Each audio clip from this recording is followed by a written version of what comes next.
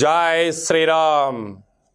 విశేషంగా మనకు హనుమత్ జయంతి ఉత్సవాలు భాగ్యనగరమే కాకుండా అటు అయోధ్య, అటు విశేషమైనటువంటి భారతదేశంలో హిందూ ధర్మ పరిరక్షణ కోసం చేసుకుంటున్న భగవద్బంధువులకు, హిందూ బంధువులకు, శ్రీ సీతారామచంద్ర స్వామి యొక్క బంధువులకు, హిందూ ధర్మాన్ని కాపాడే ప్రతి ఒక్క బంధువులకు శ్రీ హనుమత్ జయంతి యొక్క స్వామివారి యొక్క శుభాకాంక్షలు మరియు ఆశీస్సులు. ఆ విధంగా దాశరథాయ విద్మహే సీతావల్లభాయ ధీమహి తన్నో శ్రీరామచంద్ర ప్రచోదయాత్. హరి ఓం. ఓం ఆంజనేయాయ విద్మహే వాయుపుత్రాయ ధీమహి తన్నో హనుమత్ ప్రచోదయాత్. అలాగా మనం హనుమత్ జయంతిని విశేషంగా మన భాగ్యనగరంలోనే కాకుండా యావత్ భారతదేశంలో విశేషంగా మనము స్వామివారి యొక్క జన్మదిన పండుగ జయంతి ఉత్సవాలు జరుపుకుంటాం. అని మనకు కృతయుగము, త్రేతాయుగము, ద్వాపరయుగము, కలియుగము అంటే అన్ని యుగముల యందు భగవంతుడు అవతార స్వరూపుడు అయినటువంటి ఆ ఆంజనేయ స్వామివారికి ఈ యొక్క చైత్రమాస శుద్ధ పూర్ణిమను హనుమత్ జయంతి అని మనము చెప్పుకుంటాం. అలాగా హనుమత్ జయంతి రోజు మనం ఏం చేయాలి అని మనకు శాస్త్ర ప్రవచనాలు ఏం చెప్పాయంటే, సూర్యోదయపు మునుపు పూర్వమే అంటే బ్రహ్మముహూర్త సమయానికి ముందే లేచి మంగళ స్నానములు ఆచరింపచేసుకొని గృహమునంతా శుద్ధి పెట్టుకొని స్వామివారి యొక్క ఫోటోను కానీ, ఆ యొక్క విగ్రహారాధన కానీ, శ్రీ సీతారామచంద్ర స్వామి యొక్క ఫోటోను, హనుమంత్ స్వామి యొక్క ఫోటోను పెట్టుకొని స్వామివారికి విశేషమైన శక్తి కలిగితే ఒక శ్రీరాముని యొక్క అష్టోత్తరము, ఆంజనేయ స్వామి యొక్క అష్టోత్తరమును ఏర్పాటు చేసి సింధూరంను స్వామివారికి ధరింపచేసి ఆ సింధూరంని మనం లలాట స్థానంలో ధరింపచేయడము పూజా కార్యక్రమాల్లో ప్రధానంగా మనం చేయాల్సిన విశేషము. అక్కడ స్వామివారికి చాలా ప్రీతికరమైనటువంటి పదార్థము నైవేద్యము ఏమిటయ్యా అంటే, స్వామివారికి వడపప్పు, పానకము, వడలు అనేటువంటిది చాలా స్వామివారికి ప్రీతికరమైనటువంటి ఇవి మహర్ నైవేద్యంగా పెట్టి ఇంటిల్లిపాది ఆ ప్రసాదాన్ని స్వీకరించడం వలన సంపూర్ణ ఆయురారోగ్య ఐశ్వర్య శక్తి కలుగుతుంది. అదేవిధంగా గృహంలోకి మనకు ప్రారంభంలోనే గడపకు పసుపు పూసి ఇంటి ముందర ఒక మంచి అష్టదళ పద్మ స్వరూపమైనటువంటి ఒక ముగ్గును వేసుకొని మామిడాకులు కానీ, కొబ్బరాకులు కానీ, అరడాకులు కానీ గృహానికి అలంకరించుకొని ఇల్లంతా దీపాన్ని ఏర్పాటు చేయడం వల్ల కాంతివంతం అవుతుంది మనకు. ఎందుకంటే ఏ ప్రాంతంలోనైనా హనుమంతుడు లేనటువంటి గ్రామం ఉండదట. ఎందుకంటే హనుమంతుడు అన్ని చోట్ల ఉంటాడట. ఎందుకయ్యా అంటే శ్రీరామచంద్రుడు రావణ బ్రహ్మైన యుద్ధం గెలిచిన తర్వాత ఆంజనేయ నీకు ఏం వరం కావాలనో కోరుకో అన్నాడు. స్వామి నేను ఎక్కడైతే ఉంటానో అక్కడ రాక్షసులు లేకుండా నాకు వరాన్ని ప్రసాదించమని కోరుకున్నాడు ఆయన. దానికి తదాస్తు అన్నాడు. అందుకే ఆంజనేయ స్వామి వారు లేనటువంటి గ్రామం ఉండదు. ఎందుకంటే రాక్షసులకు ఉండడానికి అవకాశం ఉండదు కనుక. అలా ప్రతి గ్రామంలో, ప్రతి మండలంలో, ప్రతి జిల్లాలో, రాష్ట్రాలలో, దేశంలో, అంతటి అయోధ్యలో అన్ని చోట్ల కూడా రేపు మనకి పర్వకాల కార్యక్రమాలు జరుగుతున్నాయి కనుక మనము దగ్గర ఉండబడినటువంటి స్వామివారి దేవాలయానికి వెళ్ళి స్వామివారి దగ్గర గోత్రనామాలతో అర్చన చేయించుకొని స్వామివారి యొక్క దేవాలయం చుట్టూ ఒక 108 ప్రదక్షిణలు చేయడం వలన మన స్వామివారి యొక్క ఆశీస్సులు మనకు కలుగుతాయి. ఎందుకంటే ఆయన అస్ఖలిత బ్రహ్మచారి. స్వామివారిని ఆంజనేయాయ అంటే నేను ఉన్నాను అని పలికేటువంటి రామ అని మనం స్మరించిన, ఆంజనేయ అని స్మరించిన సకల భూత ప్రేత పిశాచ బ్రహ్మహర యక్షర యమదూత శాకిని డాకిని గ్రహబంధన దోష నివారణ కలగడానికి హనుమంతుడు ముందు ఉండడం జరుగుతుంది. అదే ఏలనాటి శని ఉండబడినటువంటి వారు కూడా అందుకే మంగళవారం పూట, శనివారం పూట స్వామివారి యొక్క దేవాలయానికి వెళ్ళి స్మరించడము, ప్రదక్షిణలు చేయడం వల్ల ఏలనాటి శని తొలగిపోతుంది అనేది కూడా మనకు చరిత్ర. కనుక ఏలనాటి శనిలో ఉండబడిన వారు మే కాకుండా అందరము మనము ఇంట్లో పూజ చేసుకుందాం, సనాతన హిందూ ధర్మాన్ని కాపాడుకుందాం, సంపూర్ణ మన దగ్గర ఉండబడిన శ్రీ సీతారామచంద్ర స్వామి వారి యొక్క దేవాలయానికి వెళ్దాం, ఆ స్వామివారి యొక్క సేవ చేద్దాం, స్వామివారి యొక్క కటాక్షాన్ని పొందుదాం.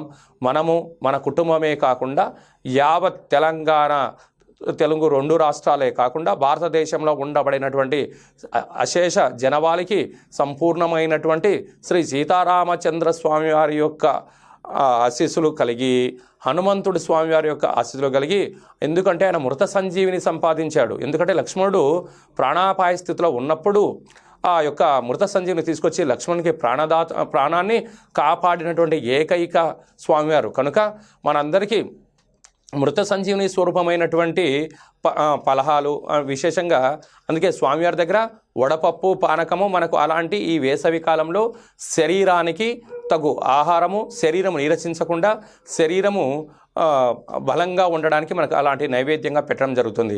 అదే కాకుండా లంకలో ఉండబడినటువంటి సీతామాతను కనిపెట్టిన స్వామివారు అంటే హనుమంతుడే అని చెప్తారు. రాముడికి అన్ని విషయంలో యందు తోడు నీడగా కలిగినటువంటి స్వామివారు కనుక మన హనుమంతుడు. అందుకే రాముడికి అత్యంత ప్రీతిపాత్రుడు అయినటువంటి భక్తుడు ఎవరయ్యా అంటే హనుమంతుడు అని చెప్పడం జరుగుతుంటుంది. అలాగా ఆ స్వామివారి యొక్క హనుమంత స్వామివారి యొక్క ఆశీస్సులు కలిగి మనమందరం అఖండ భూమండల మంత్రులు సకల భూత ప్రేత పిశాచ బ్రహ్మర యక్షర యమదూత శాకిని డాకిని గ్రహబంధ దోష నివారణ కలిగి, ఏళ్ళనాటి శని దోష నివారణ కలిగి, అర్ధాష్టమ దోష నివారణ కలిగి, అర్ధాష్టమ శని సంచార దోష నివారణని కలగాలని కోరుకుంటూ, అలాగే మనమందరము కూడా మనకు భాగ్యనగరంలో శ్రీ హిందూ ధర్మాన్ని కాపాడుకోవడం కోసం మనము విశేషమంటే స్వామివారిని ఉత్సవ రూపంలో గ్రామోత్సవము అంటే మనకు ఒక దేవాలయం నుంచి ఆ గ్రామం చుట్టూ ఒక పరిక్రమణ, భాగ్యనగరం చుట్టూ రేపు మన హిందూ ధార్మిక విశేషమైనటువంటి స్వామివారికి రథయాత్ర ఉత్సవ కార్యక్రమం జరుగుతున్నాయి కనుక మనమందరము ఆ ఉత్సవాల్లో పాల్గొందాం, స్వామివారి యొక్క భక్తిని చాటుకుందాం, హిందూ ధర్మాన్ని కాపాడుకుందాం, భావితరాలకి భక్తిని పంచుదాం అన్న విధంగా హనుమంతుడి స్వామివారి యొక్క జయంతి ఉత్సవాలను విశేషంగా జరుపుకుందాం, స్వామివారి యొక్క ఆశీర్వాదాలు పొందాలని కోరుకుంటున్నాం. అదే కాకుండా ఈ యొక్క సంవత్సరానికి అధిపతి ఎవరయ్యా అంటే శనైశ్వరుడు మహారాజు అయ్యాడు. ఆ శనైశ్వరుడు ఎవరి మాట ప్రధానంగా వింటాడయ్యా అంటే హనుమంతుడు స్వామివారి యొక్క మాట వినడం జరుగుతుంది. కనుక అలా ఎలనాటి శని ఉన్నా, అష్టమస్థాన శని ఉన్నా, అర్ధాష్టమ శని సంచార స్థితి ఉన్నా, ఏది లేకపోయినా మనం హైందవ హిందూ ధర్మశాస్త్ర ప్రకారంగా పిలవగానే వచ్చేటువంటి నేను ఉన్నాను అనేటువంటి స్వామివారు ఎవరంటే హనుమంతుడు ఒకడే. కనుక ఆ స్వామివారి యొక్క సేవ చేద్దాం, సేవలో పాల్గొందాం, 10 మందిని భక్తి ధర్మానికి తీసుకుని వెళ్దాం, మనమందరము స్వామివారి జయంతి ఉత్సవాల్లో పాల్గొందాం. ఆ విధంగా శ్రీ సీతారామచంద్ర స్వామివారికి నమ్మకమైనటువంటి భటుడు ఎవరయ్యా అంటే హనుమంతుడే. అలాంటి హనుమంతు స్వామివారి యొక్క సేవ చేస్తూ మనం ముందుకు తీసుకెళ్ళడానికి మనం ప్రయత్నం చేద్దాం. అదే కాకుండా సంవత్సరాంతం కూడా మనకు సకలమైనటువంటి అష్టకష్టాలు తొలగిపోయి అష్టైశ్వర్య ప్రాప్తి కలగాలని కోరుకుంటూ, అలాగా ఈ స్వామివారిని మన విశేషంగా మంగళవారం రోజున, అలాగా శనివారం రోజున, అలా కుదరకపోతే ప్రతి నెలలో పూర్వాభాద్ర నక్షత్రం రావడం జరుగుతుంది. ఎందుకంటే స్వామివారి యొక్క జన్మ నక్షత్రం కనుక అలాంటి ఆ నక్షత్రం రోజైనా మనం వెళ్ళి స్వామివారిని స్మరించడం వలన శ్రవణం అంటే వినడం, మననం అంటే మంత్రాలు లోపల ఉచ్చరం చేయడము, అట్లాగా కీర్తనం, స్వామివారికి భజన అంటే చాలా ఇష్టం అంట. కీర్తనం, గానం, భజన అనే అనేక రకాలమైనటువంటి కార్యక్రమాల్లో మనం పాల్గొనడం వలన స్వామివారి యొక్క కృప కటాక్ష వీక్షణలు కలిగి, సంపూర్ణ దేహదారుఢ్యం కలిగి, అపార విద్య, ఉద్యోగ, సంపూర్ణ సకల కార్యక్రమాల్లో ధైర్యే సాహసే హనుమతేశ్వర అంటారు. ధైర్యానికి సాహసానికి ప్రతీక ఎవరయ్యా అంటే హనుమంతుడే. కనుక మనము ఏ కార్యక్రమాన్ని ప్రారంభించినా జై బజరంగ బలి అంటాం మనం. ఎందుకంటే ఆ స్వామివారిని స్మరించిన వెంటనే నఖశిఖ పర్యంతము మనకు అతీంద్రమైన శక్తులు కలిగి ఆ శ్రీ సీతారామచంద్ర స్వామి ఆశీస్సులు కలిగి సకల విజయాలు కలుగుతాయి. కనుక మనమందరము రేపు స్వామివారి యొక్క సేవలో పాల్గొందాం, స్వామివారి యొక్క పూజ చేద్దాం, హిందూ ధర్మాన్ని కాపాడుకుందాం. ఆ విధమైనటువంటి సకలమైనటువంటి ఆ స్వామివారి యొక్క ఆశీస్సులు పొందాలని మనం కోరుకుంటాం. అదే కాకుండా ఈ చైత్రమాసమే కాకుండా ప్రతి మాసంలో సోమవారము స్వామివారికి చాలా ఇష్టమైనటువంటి రోజులు. పూర్వాభాద్ర నక్షత్రము స్వామివారికి చాలా జన్మ నక్షత్రమైనటువంటి రోజులు. అదే కాకుండా ప్రతి నెలలో పునర్వసు నక్షత్రం కూడా వస్తుంది.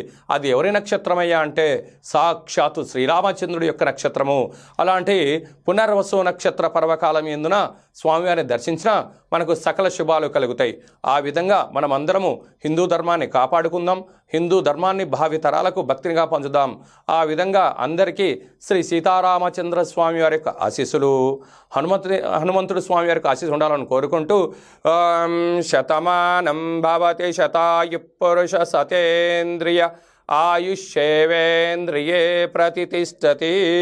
సర్వే జనా సుఖినో భవంతు, లోకా సమస్తా సుఖినో భవంతు.